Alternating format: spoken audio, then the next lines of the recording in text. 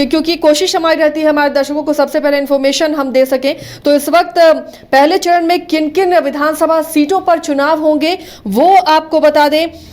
13 तारीख जो पहला चरण होगा यानी पहला फेज होगा उसमें कोडरमा है, बरकट्ठा है, बरही, बरकागांव, हजारीबाग, सिमरिया, चतरा, बहरागोड़ा, घाटशिला, पोटका, जुगसलाई, जमशेदपुर ईस्ट और जमशेदपुर वेस्ट यानी पूर्वी पश्चिमी जमशेदपुर भी इसी में, ईचागढ़, सरायकेला, चाईबासा, मझगांव, जगन्नाथपुर, मनोहरपुर, चक्रधरपुर, खरसावा, तमाड़, तोड़पा, खूंटी, रांची, हटिया, कांके, मांडर, सिसई, गुमला, बिशुनपुर, सिमडेगा, कोलेबिरा, लोहरदगा, मनिका भी है, लातेहार और पांकी, डाल्टनगंज, विश्रामपुर, छतरपुर, हुसैनाबाद, गढ़वा और भावनाथपुर यानी कि कई प्रमंडल को पहले फेज में कवर कर लिया जा रहा है, कई विधानसभा सीटों को अलग अलग प्रमंडलों से। वहीं दूसरे फेज में जो सीटें शामिल होंगी इसमें ज्यादातर संताल परगना की सीटें होंगी।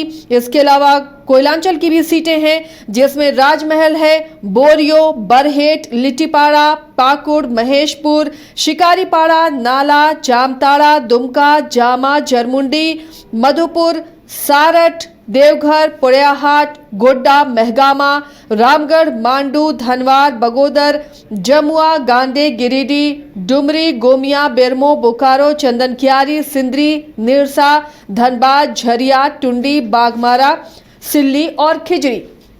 ये नाम है किस तरह से किस फेज में किन विधानसभा क्षेत्रों में चुनाव होंगे। तो इन सीटों पर गौर करें रंजन जी, आंकड़े आपके पास भी होंगे।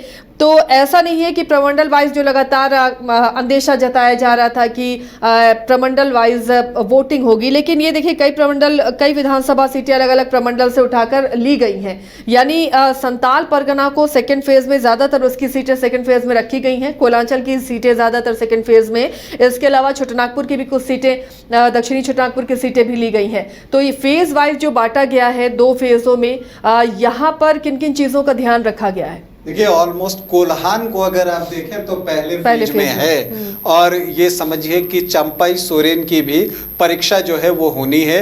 चूंकि आप पहले फेज में देखें तो वेस्ट सिंहभूम और ईस्ट सिंहभूम जो है पूर्वी और पश्चिमी सिंहभूम के जो सभी विधानसभा हैं उसमें चुनाव में आ रहे हैं, जिसमें जमशेदपुर पूर्वी और पश्चिमी, पोटका, घाटशिला, जुगसलाई, बहरागोड़ा, चाईबासा, मझगांव, जगन्नाथपुर, सरायकेला, मनोहरपुर और चक्रधरपुर जो है वो शामिल है। तो एक चीज आपको दिख रहा है कि कोल्हान पूरा का पूरा रहे। इसके अलावा पलामू प्रमंडल की 9 सीटें भी इसके अंतर्गत जो है वो आ रही हैं। तो ऑलमोस्ट जो है दक्षिणी छोटानागपुर भी लिया गया है। जी हाँ, और अगर आप देखें तो इसमें दक्षिणी छोटा नागपुर से भी कुछ सीटें जो हैं इसमें शामिल की गई हैं। फिर गुमला है, लोहरदगा है, तो ये सारी सीटें आ रही हैं। तो कुल मिलाकर अगर आप देखें तो जो पहले फेज का चुनाव है और जिसमें मुझे जो दिख रहा है जो सबसे बड़ी परीक्षा है वो चंपाई सोरेन की परीक्षा है, क्योंकि कोल्हान से जो है पहले फेज का आगाज होने जा रहा है और संथाल को दूसरे फेज में रखा गया है। और मुझे लगता है कि जब चंपाई सोरेन फ्री हो जाएंगे कोल्हान से तो बाद में दूसरे फेज में वो संथाल में भी जाकर चुनाव प्रचार कर पाएंगे। तो एक तरह से आप देखें तो बीजेपी के लिहाज से ये सुविधाजनक भी दिखता है, वो उनको स्ट्रैटेजी बनाने में आसानी होगी। लेकिन पहले फेज में जिन जगहों पर चुनाव हो रहा है जिसमें कि पश्चिमी और पूर्वी सिंहभूम की बात है, पिछली बार यहाँ पर बीजेपी का प्रदर्शन बहुत खराब रहा था और यहाँ पर बीजेपी को एक भी सीट जो है वो कोल्हान में नहीं मिली थी। लेकिन इस बार जो है जो लोकसभा का चुनाव हुआ है उसमें जो ये सीटें उनमें 8 सीटें कोल्हान में जीतने में बीजेपी कामयाब रहा है। तो मुझे लगता है दो बड़े चेहरे अब बीजेपी में हैं कोल्हान से, गीता कोड़ा और चंपाई सोरेन के रूप में। तो ये ऐसे ही लगता है कि सीटें सज सकती हैं। जी हाँ, और नेचुरली देखिए गीता कोड़ा भी जगन्नाथपुर से चुनाव लड़ेंगी, चंपाई सोरेन हो सकता है सरायकेला से चुनाव लड़े, उनके बेटे को घाटशिला या पुटका से बनाया जा सकता है। जब आप बड़े नामों की कोल्हान से बात करती हैं तो फिर अर्जुन मुंडा का भी नाम आता है, जो खरसावां या पुटका इन दोनों में से किसी एक जगह चुनाव लड़ सकते हैं। और अगर वो चुनाव नहीं लड़ते तो हो सकता है खरसावां में उनकी जो पत्नी है वो चुनाव लड़ सकती हैं। ये भी खबरें जो है चर्चा में आई है। अब इसमें कितनी सच्चाई है ये बताना थोड़ा मुश्किल है। तो कुल मिलाकर अगर आप देखें तो कोल्हान में मधु कोड़ा का भी एक अपना इम्पैक्ट है।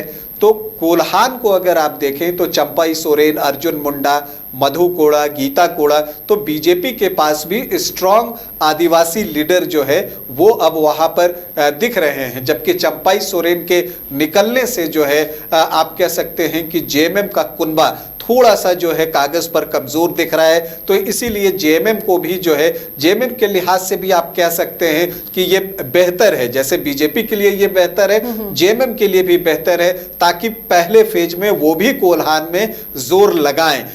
नहीं तो अगर कोल्हान और संथाल एक साथ होता तब फिर जो है दोनों दलों के लिए मुश्किल होती कि कहां पर ज्यादा जोर लगाया जाए। तो अब दोनों के पास वक्त होगा कि वो कोल्हान में जो है वो जोर लगाएं। पलामू प्रमंडल भी इसी में आता है। वहां पर बीजेपी का प्रदर्शन अगर आप देखें तो पिछली बार जो है वो बेहतर रहा था। और वहां पर अगर आप बात करें तो बीजेपी ने जो है इस बार भी लोकसभा में जो है 8 सीटों पर जो है बढ़त हासिल की है, पलामू प्रमंडल की 9 सीटों पर।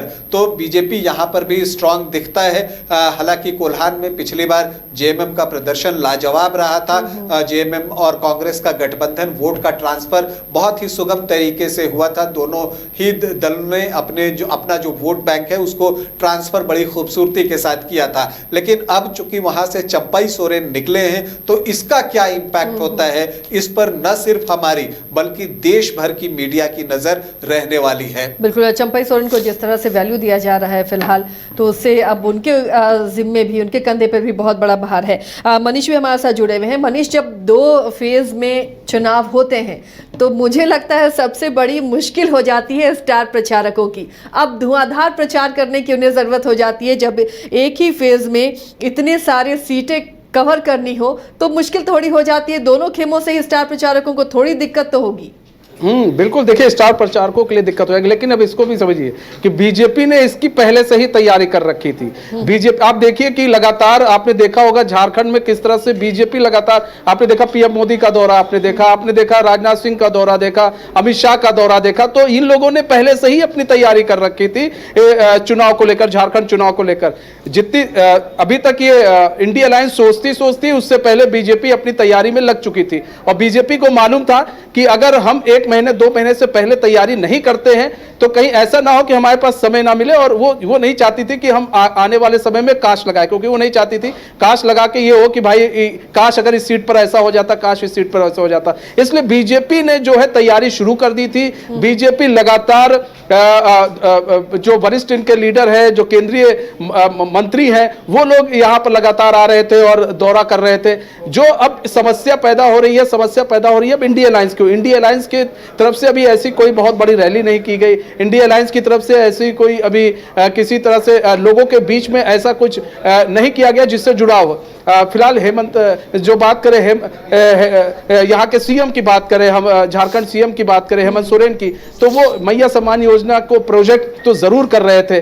लेकिन जब गोगो दीदी योजना लेकर बीजेपी आई तो उसको लेकर कहीं बैकफुट पर आए। और आपने देखा होगा कल ही कैबिनेट की बैठक हुई और कहा गया नहीं जी अब हम 1000 से नहीं, अब 2500 रुपया देंगे, अब महिलाओं को देंगे।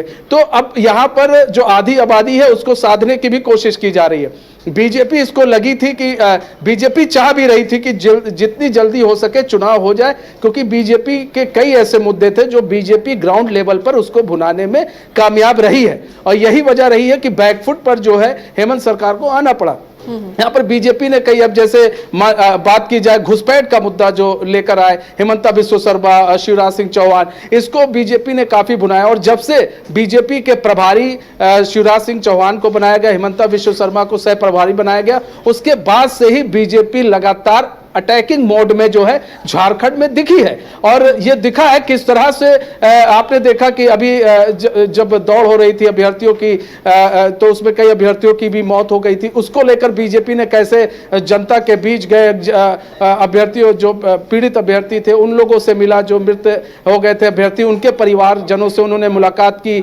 और राशि देने की बात की। तो सरकार बैकफुट पर आई है और सरकार को भी मालूम था बीजेपी जिस तरह से काम कर रही है, इस वक्त फील्ड में काम कर रही है, वो उनके लिए सिरदर्द बन गया था। और यही वजह है कि मैया सम्मान योजना लेकर आना पड़ा हेमंत सरकार को, और उसका भी असर देखने को मिलेगा। ऐसा नहीं है कि उसका असर देखने को नहीं मिलेगा, उसका भी असर देखने को मिलेगा। लेकिन बीजेपी ने फिर एक प्लान बनाया कि नहीं देखिए जी, हम गोगो दीदी योजना लेकर आए, फॉर्म भराना शुरू कर दिया, गोगो दीदी योजना को लेकर फॉर्म भराना शुरू कर दिया बीजेपी ने।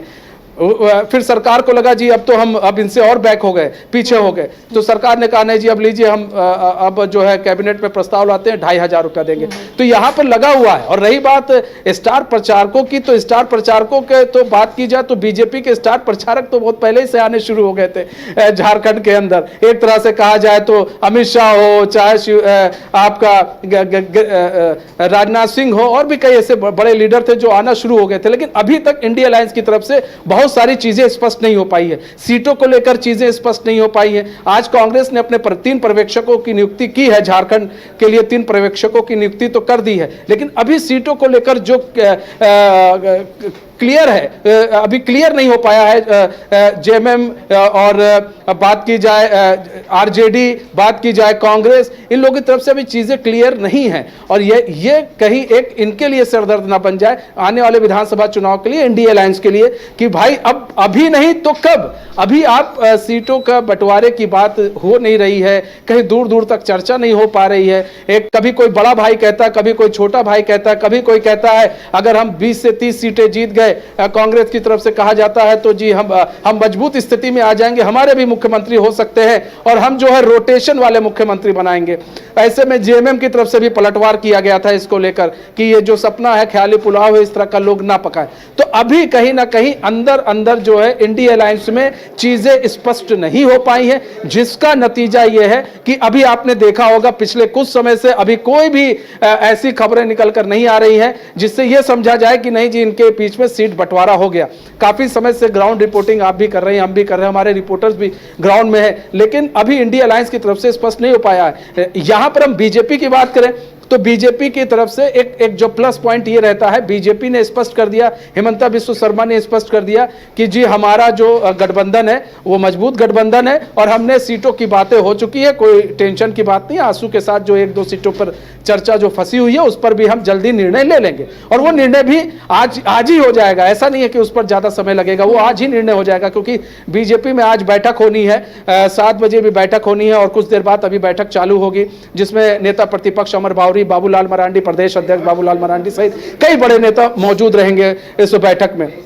तो कहीं ना कहीं बीजेपी ने तो पिच पर खेलना शुरू कर दिया है, लेकिन अभी पिच पर आना बाकी है इंडिया अलायंस का, और यही अब सबसे बड़ा चर्चा का विषय है कि आखिर इंडिया अलायंस पिच पर कब आएगी। चलिए, वो हमेशा की तरह इस बार भी रंजन जी से बखूबी समझा पाएंगे। लोकसभा चुनाव में भी देखिए, चुनाव प्रचार में बहुत पहले से बीजेपी जुट गई थी, लेकिन अब इंडी गठबंधन को राज्य में, क्योंकि उसके हाथ में सत्ता है और सत्ता वापस पाना है, एक तो आपके साथ माइनस पॉइंट ये हो जाता है कि जो सरकार सत्ता में रहती है तो एंटी इनकम्बेंसी भी काम करती है उस वक्त। और अब किस तरह इंडी गठबंधन मजबूती के साथ एनडीए को चुनावी मैदान में टक्कर दे सकती है, जबकि बहुत पहले से एनडीए ने चुनावी तैयारियां शुरू कर दी हैं।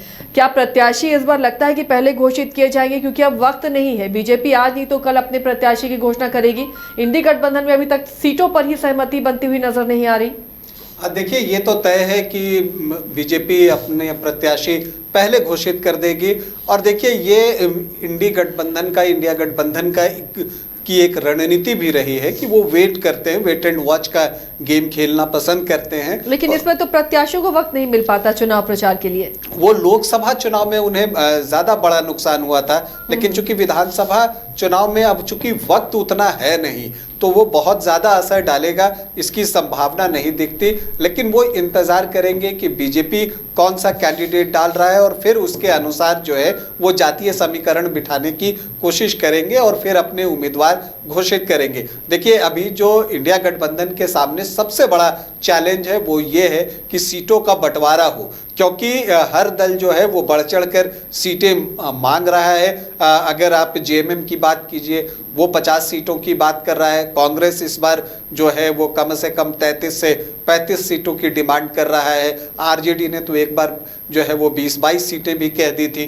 तो ऐसी परिस्थिति में जो है उनको एक प्लेटफॉर्म पर तो आना पड़ेगा और वो आएंगे भी, क्योंकि वक्त ज़्यादा है नहीं किसी के पास भी चुनावी तैयारी के लिए। तो इसलिए मुझे लगता है कि वहाँ भी 2-3 दिन के अंदर जो है वो सीटों का बंटवारा हो जाएगा। लेकिन जब तक उनका सीटों का बंटवारा होगा तब तक एनडीए से उम्मीदवार घोषित होने जो है वो शुरू हो जाएंगे, ये मानकर चलिए।